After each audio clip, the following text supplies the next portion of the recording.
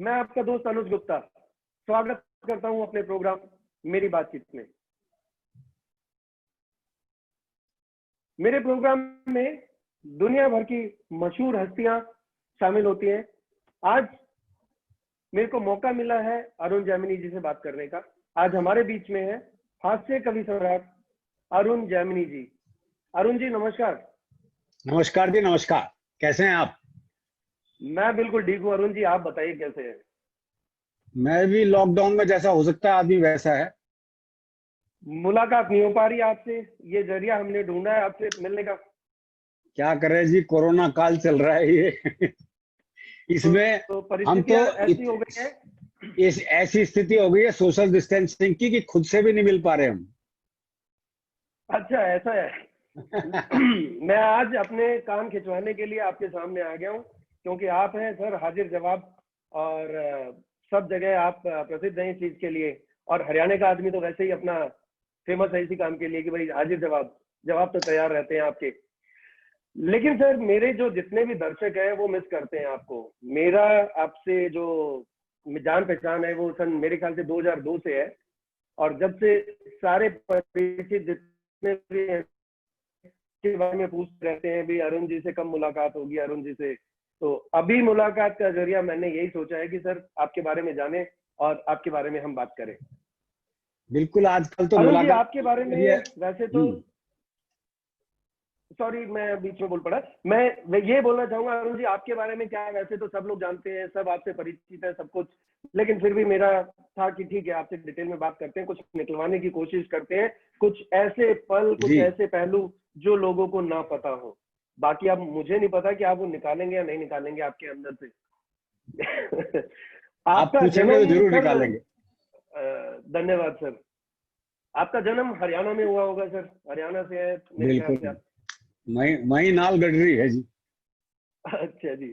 पिताजी हरियाणा के हास्य कवि सम्राट रहे।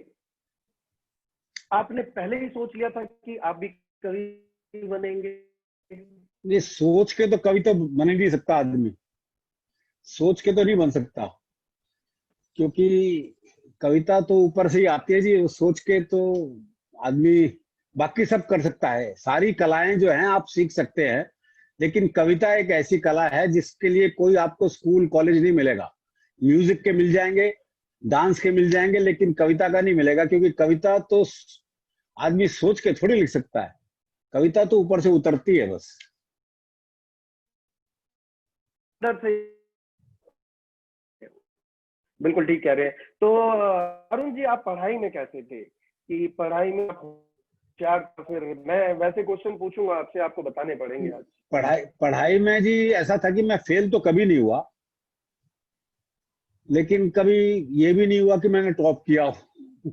जी। बस पास होते चले गए, आगे बढ़ते चले गए बस। तो अच्छा एमए तक मतलब मैंने आप एमए तक की पढ़ाई करी दिल्ली यूनिवर्सिटी से, फिर उसके बाद डिप्लोमा किया जर्नलिज्म में जयपुर से।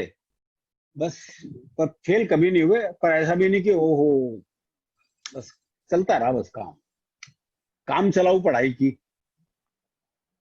तो कविताएं लिखना, आपने कविताएं लिखना कब से शुरू किया? कविता में दरअसल क्या हुआ, मैं एंग्लो संस्कृत स्कूल में पढ़ता था जी, दरियागंज में स्कूल है दिल्ली के। तो वहां जो है अच्छा। पराग पत्रिका का ऑफिस दरियागंज में ही था। टाइम्स ऑफ इंडिया की एक पत्रिका निकलती थी अच्छा पराग, जिसके संपादक जी। कन्हैयालाल नंदन जी होते थे। तो ऑफिस बराबर में था, तो ऐसी तुकबंदी करके मैंने एक छोटी सी कविता लिखी, और ऑफिस क्योंकि पराग का दरियागंज में ही था, तो मैं वहीं दे आया स्कूल से छुट्टी होने के बाद। अच्छा वो छप स्कूल गई। टाइम में? हाँ, स्कूल टाइम में वो छप गई। अरे कमाल तो है सर, छप स्कूल गई, टाइम में आपने कविता दी और गई। छप गई, और फिर गलतफहमी भी हो गई इससे कि मैं कवि हूँ। तो सर पराग पत्रिका में आपकी कविता छपी और आप कवि बन गए। तो आपने बना तो, पहला कवि सम्मेलन कहाँ किया सर? अच्छा, पहला कवि सम्मेलन भी बहुत कम उम्र में इसलिए कर लिया था कि पराग पत्रिका में एक पराग बाल सभा होती थी, एक संस्था उनकी बनी हुई थी। जी। तो हमने भी एक पराग बाल सभा बनाई, हाँ स्कूल हाँ। में पढ़ते थे। तो एक बाल कवि सम्मेलन हमने सन 1971 में आयोजित कर दिया था तिमारपुर कमाल है में। सर। तो तिमारपुर में वो बाल कवि अच्छा। सम्मेलन हुआ, जिसमें बड़े बड़े बड़े कवि भी आए आशीर्वाद देने। और पहले बच्चों का कवि सम्मेलन हुआ, फिर अच्छा। बड़ों का हुआ बस। तो वो पहला कवि सम्मेलन से मान सकते हैं। नहीं लेकिन लेकिन विधिवत रूप से जी, मैं 80 में एमए करने के बाद ही कवि सम्मेलन में आया। शुरुआत 1971 से कर दी, लेकिन जो एक हाँ प्रोफेशनली आप वो तो कहें तो वो, हाँ 1980 वो में तो आपने शुरुआत करी। हाँ वो तो वैसे ही शौकिया शुरुआत थी 1971, मतलब शौकिया कह सकते हैं उसे, जी। उत्साह में। लेकिन सर 1971 में पिताजी तो बहुत खुश हुए होंगे कि हाँ बेटा सही हाँ। कदमों पे चल रहा है। नहीं, एक चिंता रहती थी क्योंकि पिताजी अध्यापक भी थे। तो वो रहते अच्छा। थे कि यार कभी सिर्फ कवि बन गया तो दिक्कत हो जाएगी, और वो दिक्कत हुई भी। सिर्फ कवि बने रहने में बड़ी दिक्कत है सर। ऐसा मैं तो नहीं मानता अरुण जी, आपकी जो प्रख्याति और प्रसिद्धि है पूरे विश्व में, तो सर वो ये अलग प्रख्याति, ही। ये प्रख्याति और ये सब ये बाद की बात है। मुझे पता है मेरी शादी होने में कितनी दिक्कत आई सर। वो लड़की वाले आते थे, लड़का क्या करता है, कवि है, उसके बाद पलट के कोई नहीं आता था। क्या बात कर रहे हैं सर। मैं तो सोचता हूँ सही कि बता रहा हूँ मैं लड़की आपको। लड़की बहुत आसानी से मिल जाती होगी कि अच्छा ठीक है भैया, मनोरंजन होता रहेगा, टीवी की जरूरत नहीं है, कविताएं अजी, घर में चलती रहेंगी। अजी सब हर एक कोई चाहता है डॉक्टर हो, इंजीनियर हो, आईएएस ऑफिसर हो, लेक्चरर हो, कुछ भी तो नहीं बोले कवि है ना जी, वो कोई पलट के नहीं आता था। आपको बताऊं अनुज, मुझे फिर एक बिजनेस शुरू करना पड़ा, अच्छा। पब्लिकेशन का ही। हाँ, अरे सर। पब्लिकेशन का शुरू करना पड़ा। ऑफिस ऑफिस लिया, 3-4 लाख रुपए खर्च किए। तो ये ये आपने दिखाया कभी कि, बताया नहीं मुझे सर, आज आज पता चल रहा है मुझे तो कि आज आपने पूछा है तो मेरा दर्द मुझे निकल के आ रहा है बाहर। अच्छा। तो वो दिखा के कि भाई एक लड़का ये करता है, तो शादी कर ली। और शादी करते ही नमस्ते कर दी मैंने उस व्यापार को, क्योंकि मेरे बस की था ही नहीं वो। मेरी सास बड़ी परेशान होती थी। वो पूछती थी कि लोग पूछते दामाद क्या करता है, तो बहुत साल तक तो यही बताती रही पब्लिकेशन का काम है। फिर वो मेरे से कहती थी कि मैं क्या बताऊं लोगों को। मैंने कहा बता दो कवि है। अच्छा, वो बेचारी किसी को बताती भी होंगी कि कवि है, तो सामने वाला ऐसे देखता होगा जैसे इन्होंने लड़की अपनी कुएं में डाल दी। अच्छा जी। तो वो बहुत दिनों तक बताते भी नहीं थे। फिर अब जाके बताने लगी हैं कि हाँ वो कवि हैं, क्योंकि अब तेरा लोकप्रियता अब कुछ तो अब थोड़ी तो सी। अब तो प्राउड फील करते होंगे, अब तो प्राउड फील करते होंगे अरुण जी, अरे हाँ अरुण जी तो हमारे जमाई हैं।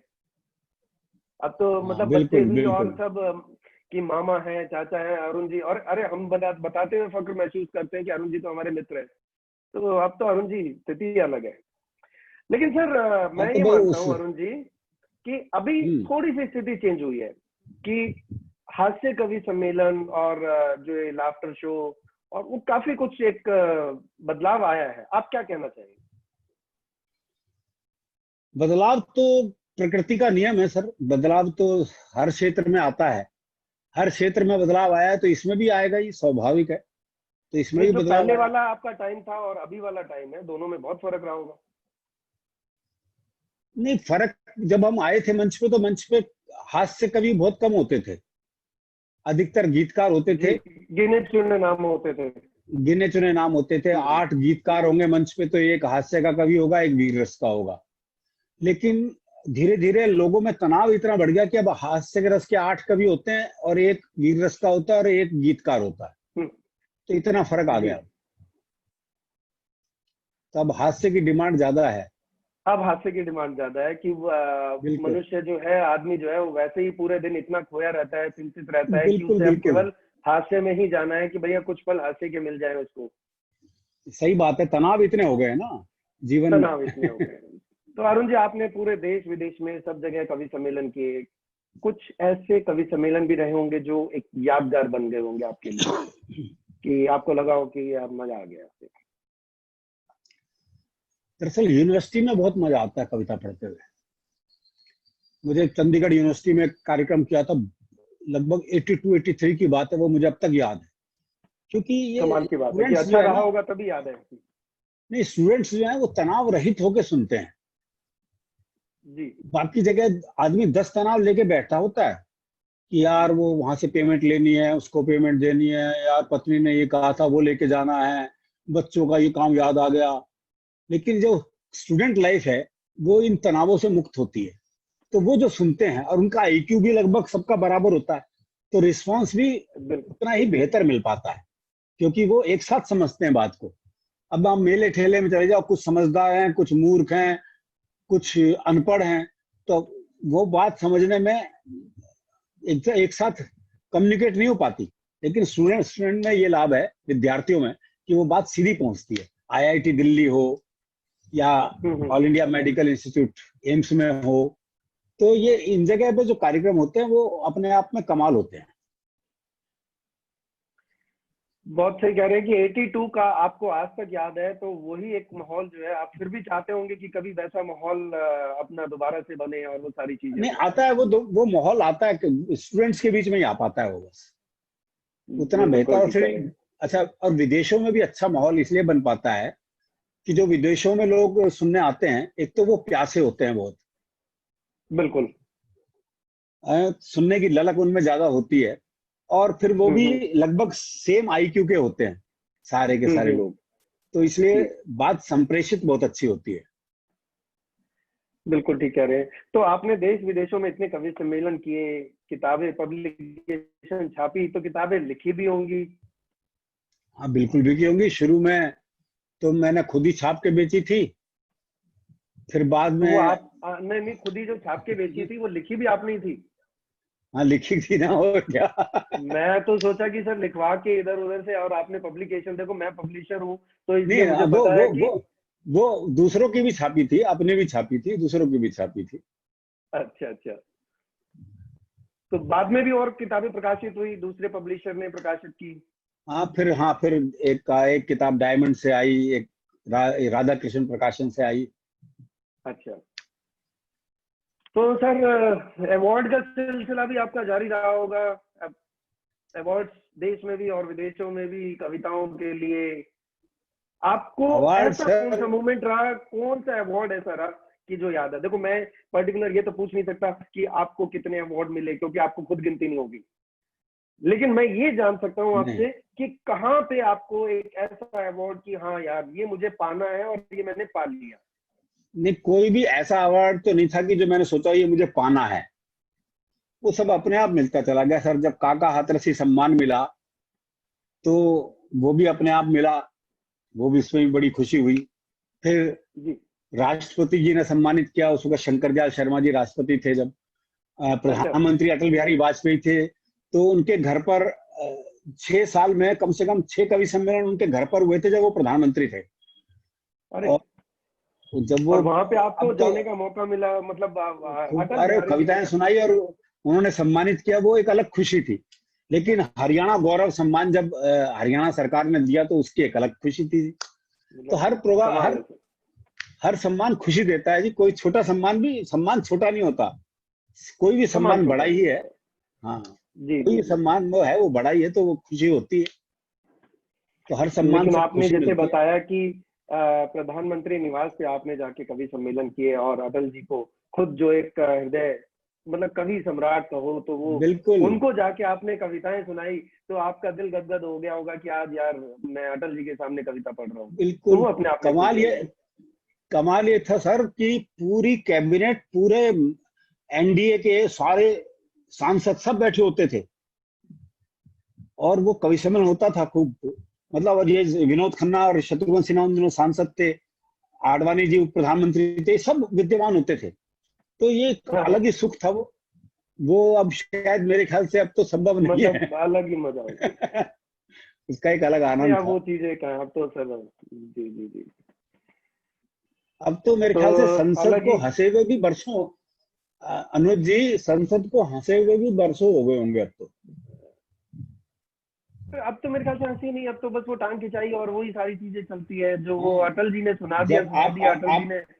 आप अटल जी के समय में याद करो, लालू जी वगैरह कितना हंसाते थे संसद में, कितना हास्य बिल्कुल होता था बिल्कुल। उनमें। अभी अभी अभी नहीं हो सकता सर, अब नहीं हो सकता, वो अब चीजें नहीं। नहीं है। एक तो ये ट्विटर, सोशल मीडिया और ये सारी चीजें जो है ना, वो पहले ही ऐसे भाषा कर चुकी है। भाषा बहुत खराब हो चुकी है सर।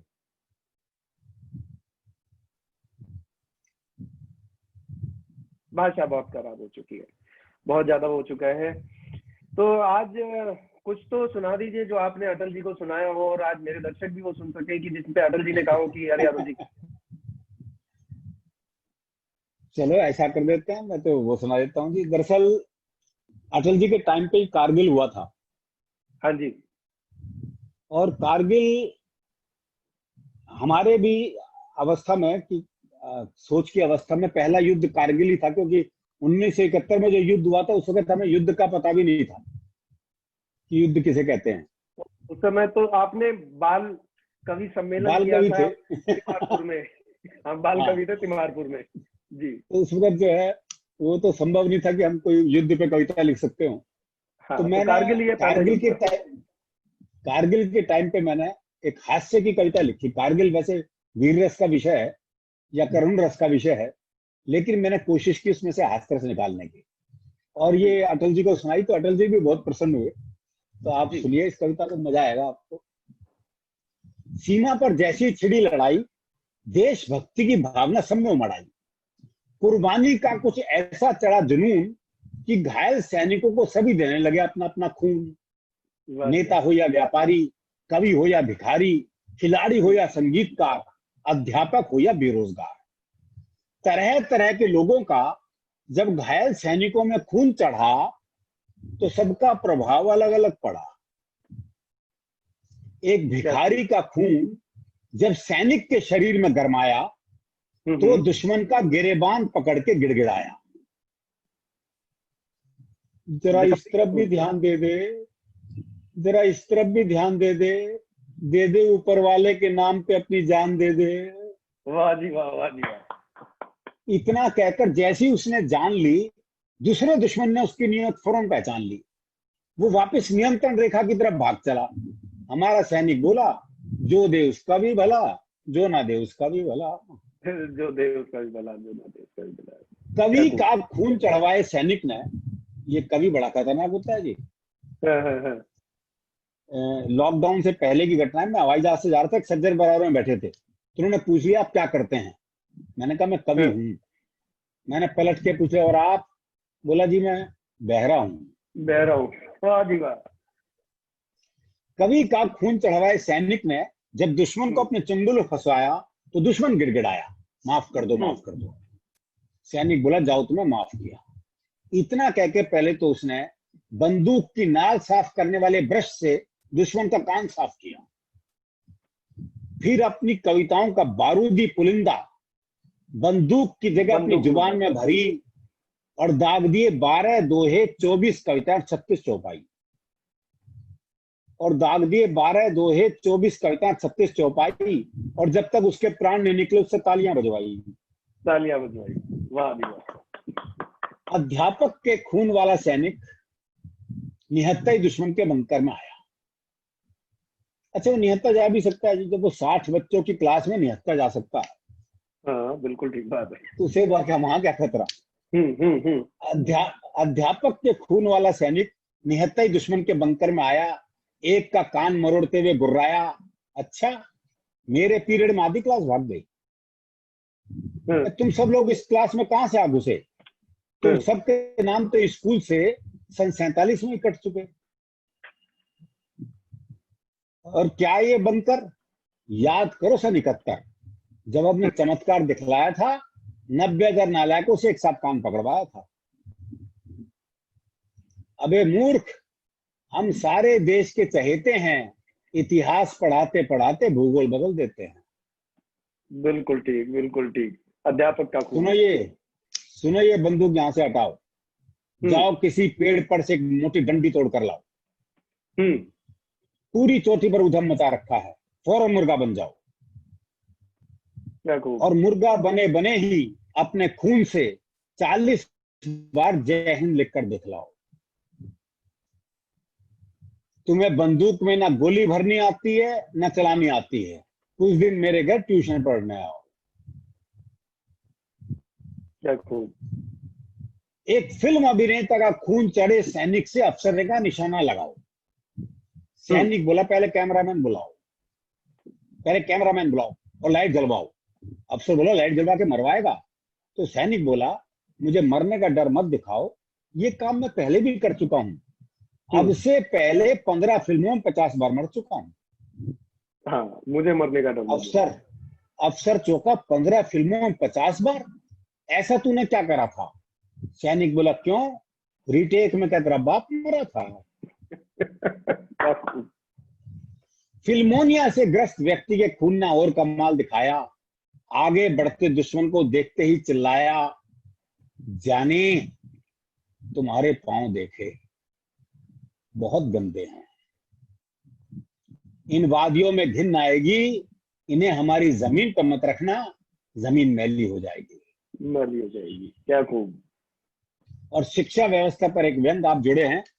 एक सैनिक का बहुत ही मजबूत था कांधा, उसने 4 दुश्मनों का गट्ठर सा बांधा, उठाया, पीठ पर लटकाया और सारे युद्ध क्षेत्र का नक्शा बदल दिया। जब वो 5वें दुश्मन को एक हाथ में पानी की बोतल की तरह लटका कर चल दिया, सब हैरान परेशान, खा गए गच्चा। लेकिन ये किस्सा है सच्चा, क्योंकि उस सैनिक को खून देकर आया था एक स्कूल का बच्चा। वाह जी वाह, वाह जी वाह, क्या खूब। एक सैनिक को गलती से एक नेता का खून चढ़ गया, वो भी चढ़ना ही था। यहाँ गलती हो गई बस। हाँ। एक सैनिक को गलती से एक नेता का खून चढ़ गया, ठीक होते हो फ्रंट की बजाय दिल्ली की तरफ बढ़ गया। उसे फ्रंट का सही मतलब समझाया गया और सीधा कारगिल भिजवाया गया। वहां तोपों को देखते उसे कलेजा हिला, अच्छा यही है वो फोर्स तोप जिसका कमीशन मुझे आज तक नहीं मिला। अच्छा। चल छोड़, अभी इस चक्कर में क्या पढ़ना है। फिर अफसर से बोला, अच्छा बताओ, मुझे किस चुनाव क्षेत्र से लड़ना है? अफसर ने कहा द्रास। वो बोला, क्या कहा, मद्रास? मुझे तो उत्तर भारत में कहीं से लड़ा दो। अफसर गुस्से में बोला, इसे सीधा टाइगर हिल पे चढ़ा दो। वो सिर फिरा, चढ़ते चढ़ते कई बार गिरा। इस दृश्य का आप लोग आनंद लें। अब वो सिर फिरा, चढ़ते चढ़ते कई बार गिरा, जहां भी 2-4 सैनिक दिखे वहीं रस्सी छोड़ दे और वोट मांगने के लिए दोनों हाथ जोड़ दे। बिल्कुल ठीक। खैर सारे रास्ते उसने खूब वायदे किए, खूब आश्वासन दिए, खूब भाषण पिलाया और इसीलिए टाइगर हिल पर चढ़ ही नहीं पाया। वो तो शुक्र है इसी दौरान बंद हो गई लड़ाई, वरना पता नहीं क्या गुल खिलाता भाई। लेकिन मैं कहता हूं कुछ ऐसा इंतजाम हो जाए, नेताओं का खून सैनिकों को नहीं, बल्कि सैनिकों का खून नेताओं को खून नेताओं को चढ़ जाए। क्या खूब, क्या खूब, बिल्कुल ठीक कह रहे हैं सर आप। नेताओं का खून सैनिकों को नहीं, बल्कि सैनिकों का खून नेताओं को चढ़वाया जाए, ताकि उनमें भी भारत माँ के सच्चे सपूतों का रक्त हो, कोई ढूंढने से भी देशद्रोही ना निकले, हर नेता देशभक्त हो, हर नेता देशभक्त। हर नेता देशभक्त। शुक्रिया अनुज, शुक्रिया। यार कविता भी याद दिला दिया आपने, अटल जी के बहाने कविता भी याद आ गई। और मुझे भी मतलब एक वो कहते हैं ना कि अंदर जोश। लॉकडाउन में कैसा लग रहा है सर आपको कि भाई बड़ी एक विकट स्थिति है कि उसको ना मिले, तो कैसा लग रहा है सर आपको? सर लॉकडाउन में स्थिति ये थी, पहले कहा गया वर्क फ्रॉम होम, अब कभी वर्क फ्रॉम होम कैसे करें बताओ? बहुत मुश्किल काम है वर्क फ्रॉम होम। तो मैंने कोशिश की, इसकी एक छोटी सी कविता सुनाई था अंत में। वर्क फ्रॉम होम के तहत मैंने घर पर ही कविता सुनाई, ना कोई हंसा, ना किसी ने ताली बजाई, ना ही कोई पेमेंट जेब में आई। फिर मैंने अपनी दूसरी जेब से पैसे निकालकर खुद को पेमेंट दी। इस तरह वर्क फ्रॉम होम की औपचारिकता पूरी की। ये चल रहा है सर। लॉकडाउन में तो यही चल रहा है। तो कहीं आना जाना नहीं हो रहा है, तो घर पे काम चल रहा होगा सर भाभी जी के साथ? काम हाँ, वो झाड़ू पोछा वगैरह सब चल रहा। वही मैं जानना चाह रहा हूँ, वो पूरा चल रहा होगा। वही चल रहा। वो बचत कर रहे हैं समय, जो घर की बाई और ये सब है, वो सब बचत आप कर रहे हैं पूरी? मैंने कहा बचत कुछ नहीं है, वो काम वाली आ नहीं रही तो खुद ही करना पड़ेगा ना, अब तो क्या करोगे। एक कष्ट और भी हुआ जी। एक कष्ट ये भी हुआ इन दिनों कि रोज पत्नी का ही चेहरा देख रहे हैं। देखना पड़ेगा सर। तो ये जो बहुत बड़ा कष्ट था, तो इसलिए मैंने एक छोटी सी कविता लिख दी, वो भी सुना देता हूँ आपको, लगे हाथ। जी मैंने सोचा कुछ पल अलग ढंग से जिया जाए, जी। और किसी महिला मित्र को वीडियो कॉल किया जाए। अच्छा जी। तो मैंने अपनी सबसे सुंदर महिला मित्र को वीडियो कॉल मिलाया, लेकिन उसने फोन ही नहीं उठाया। थोड़ी देर बाद लैंडलाइन पर उसका फोन आया। अच्छा। तो मैंने फोन न उठाने का कारण पूछा, तो उसने समझाया, देखो सारे ब्यूटी पार्लर बंद हैं, बंद पड़े हैं। अपना चेहरा नहीं दिखाऊंगी, मैं भी भाभी जी की तरह चुड़ैली लग रही हूँ, इसलिए वीडियो कॉल नहीं उठाऊंगी। क्या खूब, क्या खूब सर। तो मतलब वीडियो कॉल भी नहीं कर सकते? नहीं जी, कहाँ, कोई वो उठाते नहीं तो क्या करोगे आप बताओ। नहीं, आप सही कह रहे हैं बिल्कुल। लेकिन मैं कुछ नहीं बोलूंगा। मैं बोलूंगा मैं कवि हूं नहीं, मैं कोई जवाब नहीं दे पाऊंगा, और मैं जूते ही खाऊंगा, तो इसलिए मेरा चुप रहना बेहतर है। लेकिन सर एक चीज, एक सवाल और आपसे कि मेरा, आपने मंच साझा किया सभी कवियों के साथ, सभी उम्र में भी बड़े रहे होंगे, आपके साथ के हम उम्र भी कवि रहे होंगे, तो किसके साथ आपको बड़ा, वो अलग क्वेश्चन है ये, आपको डिप्लोमेटिक ही जवाब देना पड़ेगा मुझे लग रहा है, किसके साथ आपको मंच साझा करके अच्छा लगा? सर मेरा सौभाग्य है कि मैंने भवानी प्रसाद मिश्र जी से लेकर और अब के नए कवियों तक सबके साथ मंच साझा किया है। जी और जब आप अपने से बड़ों के साथ मंच साझा करते हैं तो बहुत कुछ सीखने को मिलता है, बिल्कुल, ये तो है सर। और जब आप छोटों के साथ साझा करते हैं तो आप बहुत कुछ सिखा सकते हैं उन्हें, मंच की बिल्कुल मर्यादा सिखा सकते हैं। तो इसलिए दोनों का अलग अलग अनुभव है, और सुख दोनों जगह है, एक सीखने का अलग सुख है और सिखाने का भी अलग सुख पढ़ने का भी अलग है। मजा है। दोनों सुख लिए हैं मैंने सर। दोनों सीख लिए हैं, तो आप मतलब जवाब वो नहीं देंगे कि किसके साथ पर्टिकुलर आपको मजा आया? सभी के साथ आपने आनंद सभी के लिया? साथ, सभी के साथ आया ना, बता तो रहा हूँ, अपने से बड़ों के साथ सीखने को मिला और छोटों को हाँ, सिखाने छोटों का को सुख मिला। सिखाने का भी। जी।